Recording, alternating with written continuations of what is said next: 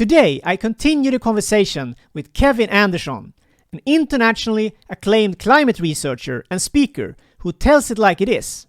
And today, we talk about how we can reverse the climate crisis.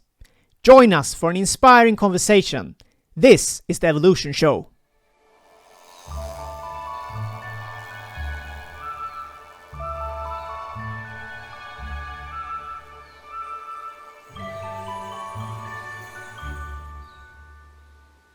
Welcome to the Evolution Show.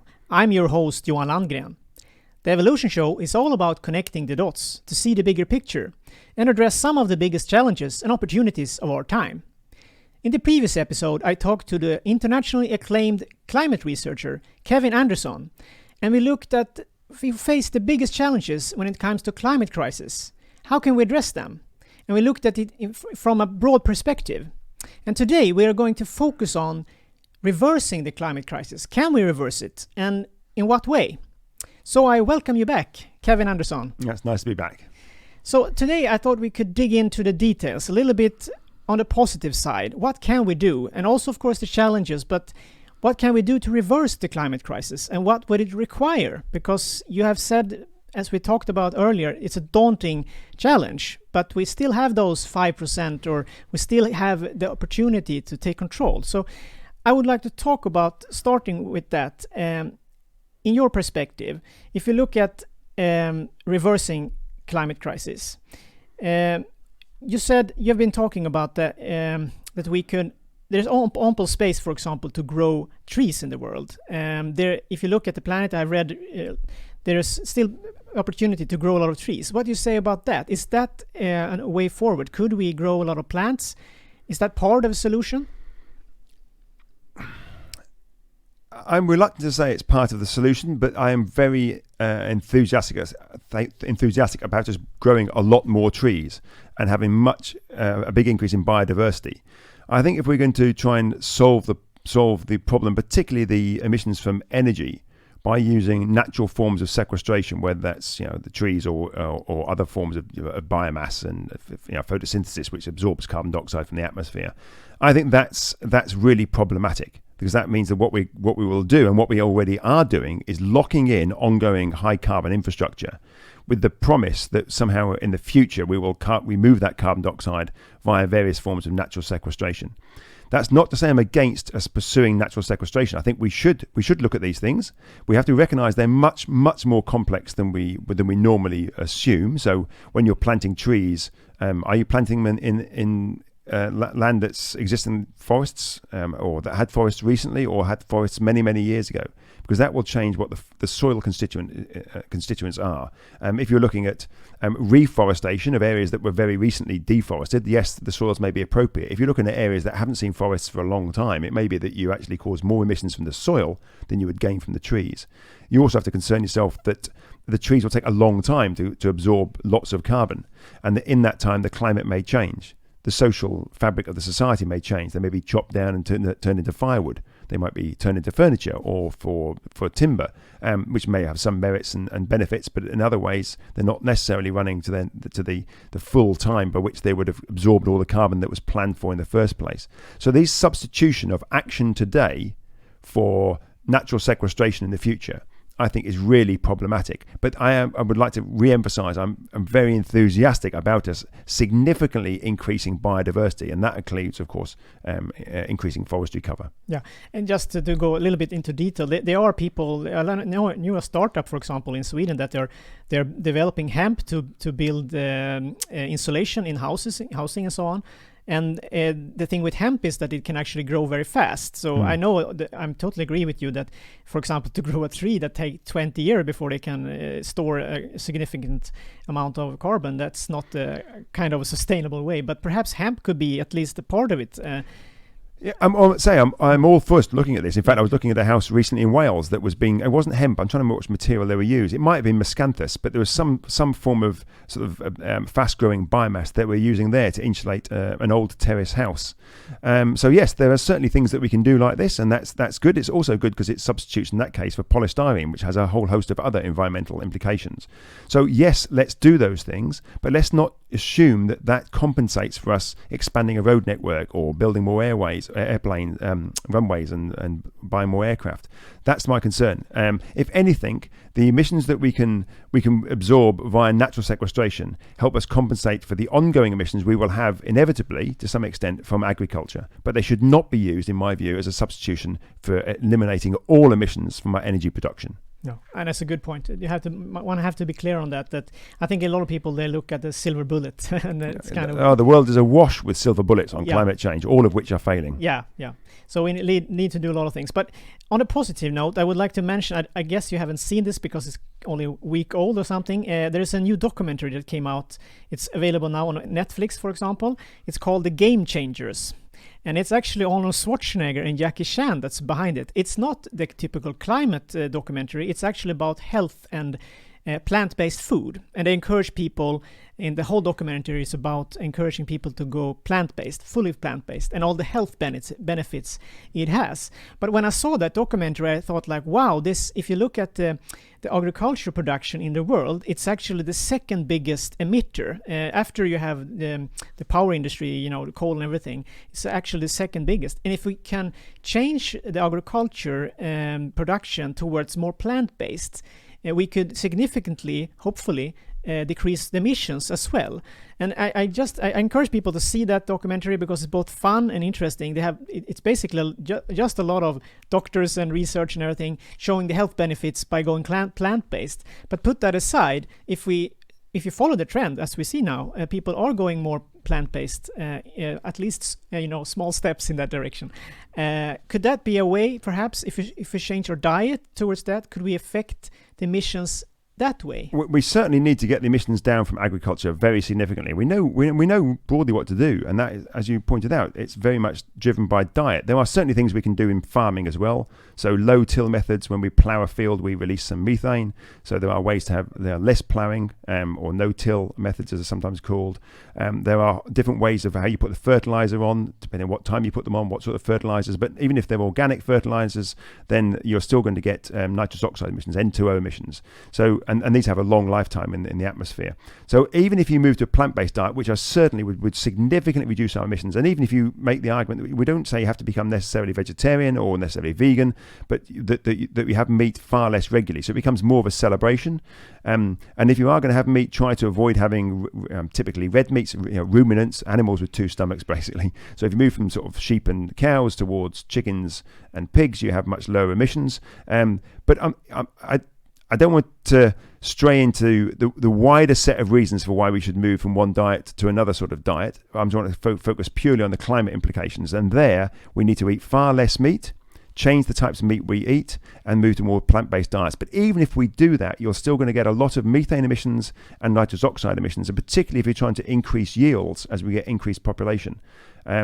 So that's why I'm saying that there will always be some warming, significant warming from agriculture, from the agricultural emissions, and that's why if we're going to use natural sequestration, I would like to see it, if anything, as a compensation for that, and not as a compensation for energy emissions. Yeah.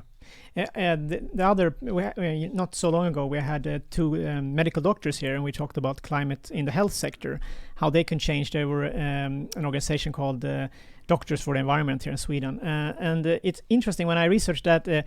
I noticed that 4.4% of all the emissions in the world is just coming from the health sector.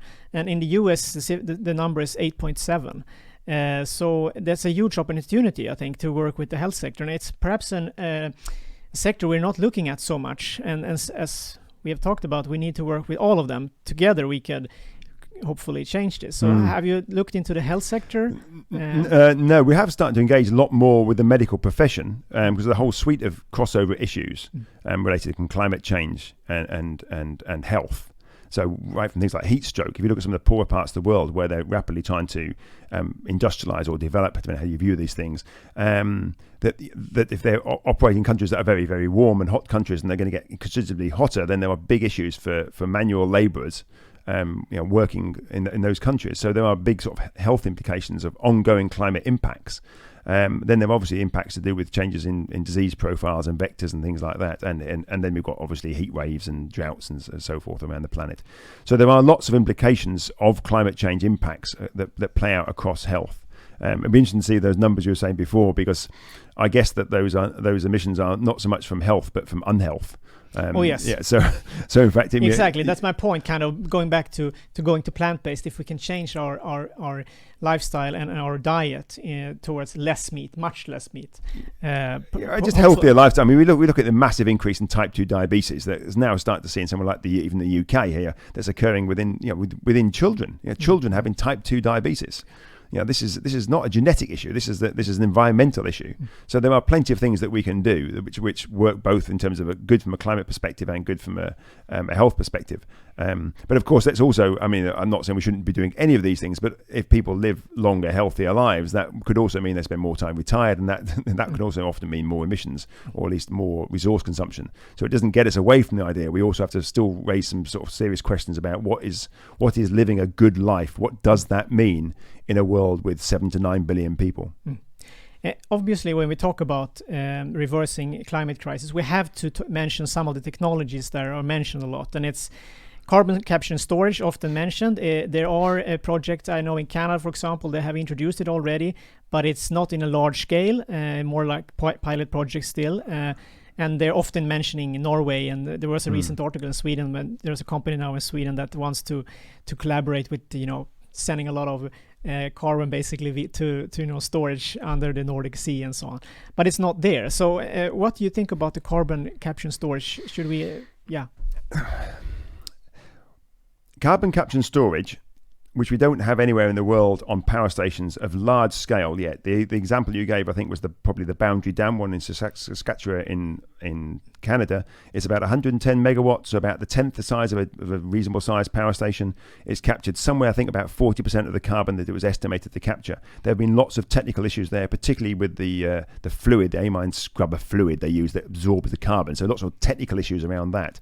I think these are all solvable, but they're solvable by making this incredibly inefficient grunt technology, as I think of it as, that you bolt on the back of an existing power station, or you use in a more modern power station to separate the carbon out from the fuel and just maybe burn the hydrogen. This seems to me, maybe this is a solution for the 19th or the early 20th century. It's not a solution for the 21st century. This is incredibly inefficient to capture the carbon and then store it somewhere underground. The reason that we like it is because it allows us to maintain the existing very, very successful system. Let's be clear, our industrialization, the progress that we've seen for human development, or potentially you might call it civilization, over the last 100 or 200 years, has been facilitated by wonderful access to energy, and the fossil fuels have provided that. So it's very difficult for us to imagine a future without those fossil fuels, and so we are desperately trying to find anything that maintains and locks that in. Carbon capture and storage technologies, the best estimates are that even if they work as we expect, the full life cycle emissions will be incredibly high. Now, I don't want to use too many numbers here, but just to give a flavour for this, renewables and nuclear life cycle emissions probably could be dropped to something like 5 to 15 grams of carbon dioxide per kilowatt hour of energy produced. Gas is about 400 to 450. Coal is about 900 or more. Carbon capture and storage with gas is probably still 100 to 300. So when you think about it, renewables and nuclear, and I'm saying nuclear is low carbon, there are lots of other reasons for or against it that other people may have, but certainly it's a low carbon technology across the life cycle, 5 to 15 grams. Carbon capture and storage, 100 to 300. So the emissions are still very high if you think of carbon capture and storage on energy. Far too high, I would say, to fit within the Paris Agreement. The technology is also too far away for it to really play a major role in the time frame we have to respond to the Paris Agreement.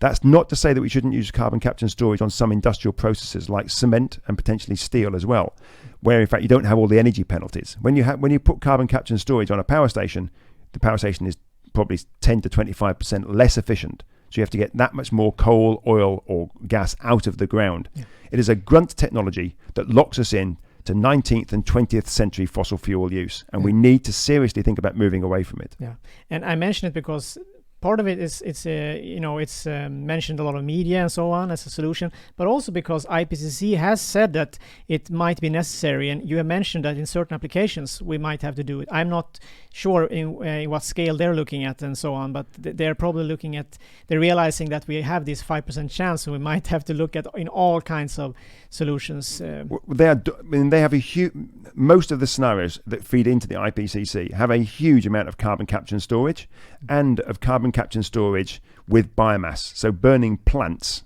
and then capturing the carbon dioxide. By that way, the theory at least is that you remove the carbon dioxide from the atmosphere. So as the plants grow, they suck the carbon dioxide out of the atmosphere through photosynthesis. You then harvest the plants, you convert them into wood pellets or whatever, you transport them around the globe in ships, then you burn them in the power stations, you capture the carbon dioxide and you bury it underground. And you do this at huge scale. An industry that's sort of approaching the scale of the current fossil fuel industry is envisaged for the future in many of these scenarios, sucking our carbon dioxide out of the ground. As an engineer, I just find this sort of deeply embarrassing that in the 21st century, the best that we can come up with is burning plants and capturing carbon dioxide. We should be doing far, far better than that. So to me, it is a grunt technology to maintain yesterday's fossil fuel industry, and we need to be thinking very differently about how we respond to the challenges. That's not to say that some of these technologies could be really useful in some of the industries like cement and steel, but I think to apply it to the power sector and the energy sector when there are plenty of other alternatives is a real mistake, and it has been used as a delaying tactic to drive significant change today. Yeah, and also perhaps a sign of desperation that we're coming closer and closer to doing these changes that we have to do. And if you don't have either the will or kind of interest to do this, they're putting forward all kinds of desperate measures to kind of fix it in the in the last mile. Yes, that's not going to. But another point I have to mention then, we're talking about CCS. What about these kind of measures where they put up silver ion or whatever it is in the atmosphere as a kind of? I know this is a lost. If all else fails, basically, that's my question. If we realize we're not going to make it, we have a desperate, and also that's part of it. Another part is we maybe should research that at least so we have an alternative. You as an engineer, I guess you have looked at it as well, at least thought about it. Yeah. I mean, certainly I'm in favour of researching negative emission technologies, and I would say not in terms of researching them, but very significant funding to research them, and potentially some pilot deployment to see how they work, and if they're sustainable. And maybe then we could think about rolling these out. I'm also would suggest, even though I think it's very challenging from a political perspective, to say we should be looking at some of these other geoengineering techniques. The big problem is that as soon as we start to look at them, there's a temptation to assume that they will work and to delay action today. So we have to be sufficiently mature in our democracies and our societies all around the globe to make sure that we are not using these, as we already are doing, as an excuse for inaction today. You repeatedly hear from people who work on these, well, we need to push everything else as hard as we can, as they fly around the world to talk to other people about these technologies, telling us we have to do everything we can. Well, is doing everything we can flying around the world to do that? Are we doing everything we can in every other sector? Nothing approaching it. So we are again deluding ourselves that we are making the necessary changes, but they're just not enough. That's why we require these technologies.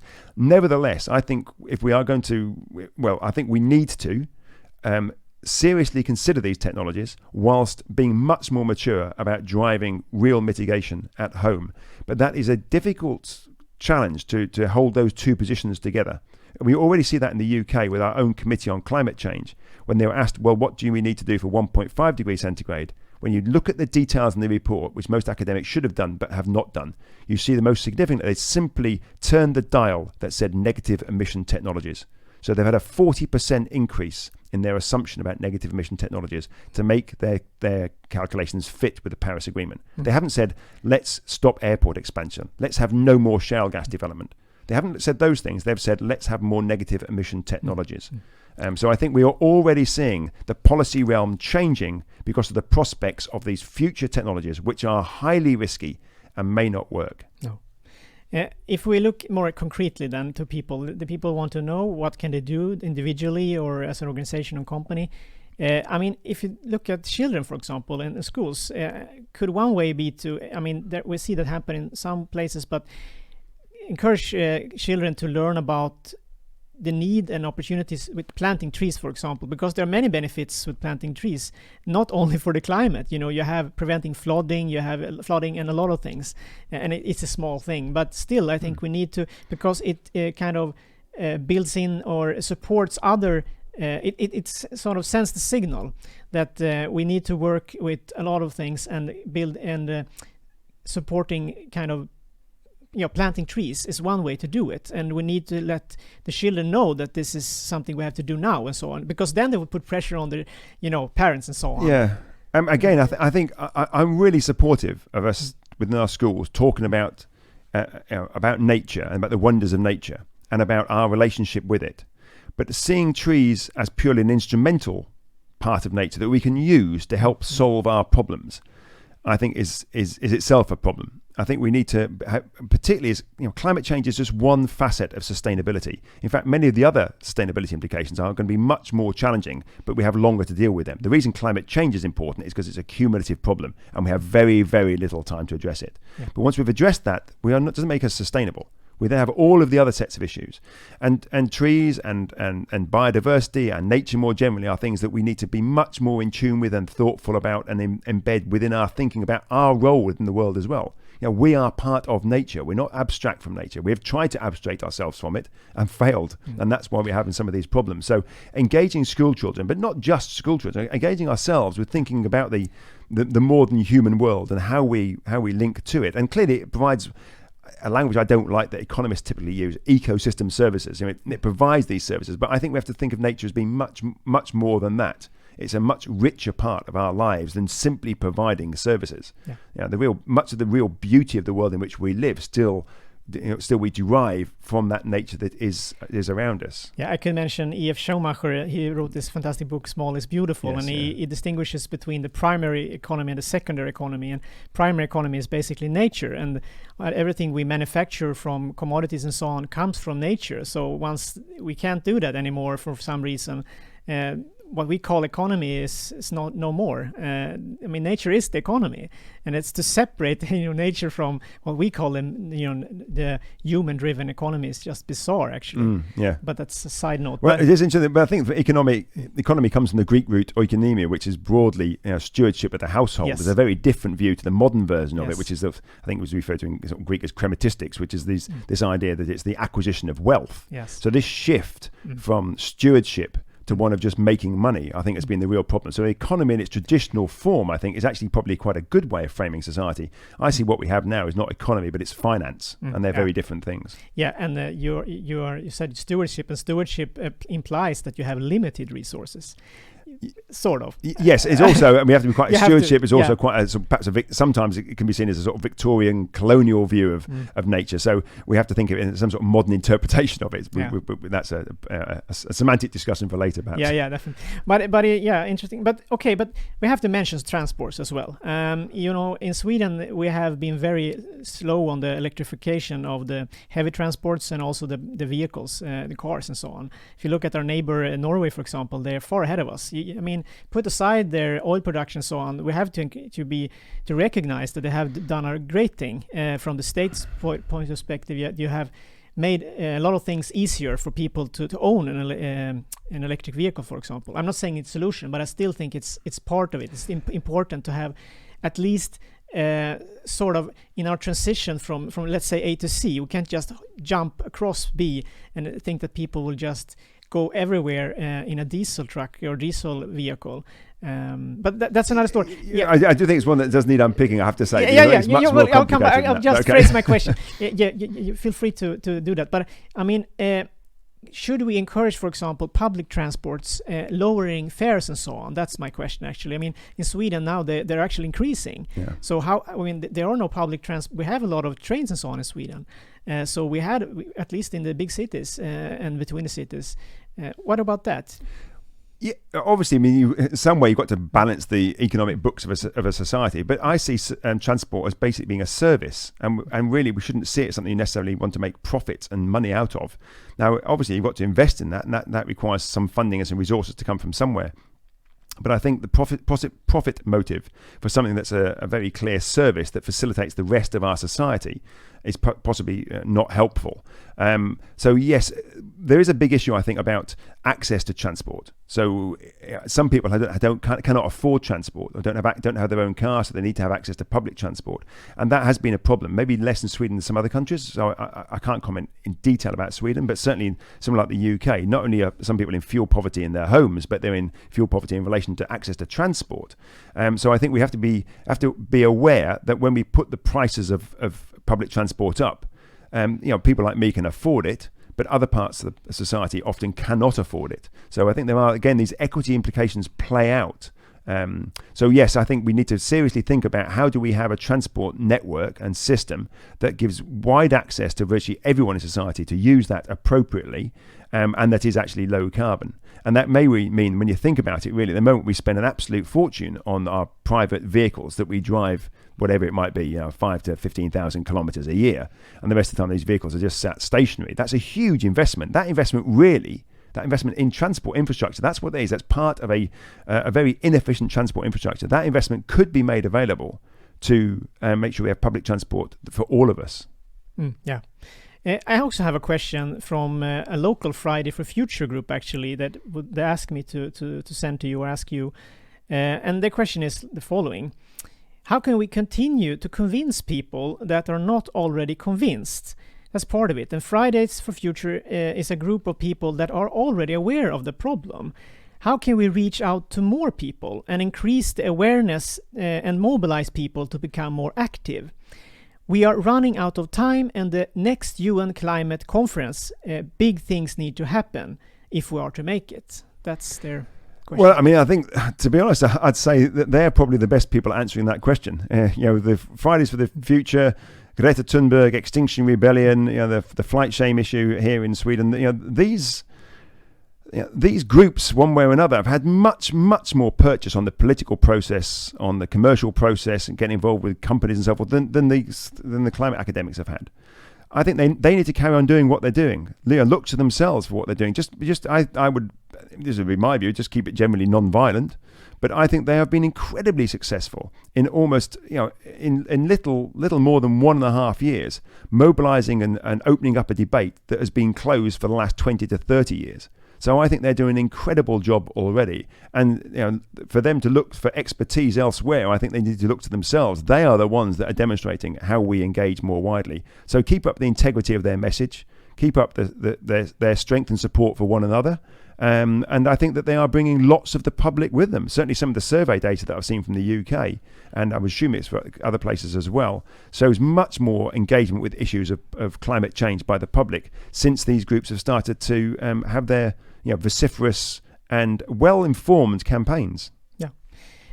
The last question I have on my own is concerning artificial intelligence. It's an interest of mine, and I increasingly concerned and worried about it because I don't think it's discussed publicly, and also I lack the discussion when we talk about climate crisis, because parallel with the climate crisis we have a potentially existential threat with artificial general intelligence, whether it be self-aware in the future, that might happen, and we have people like Max Tegmark, Nick Boström and Elon Musk, for example, warning about this. But perhaps in a shorter run we have the risk of manipulation using artificial intelligence applications to affect elections, to affect a lot of things, basically everything. Because if you use an AI to manipulate anyone, you could make them do anything, basically.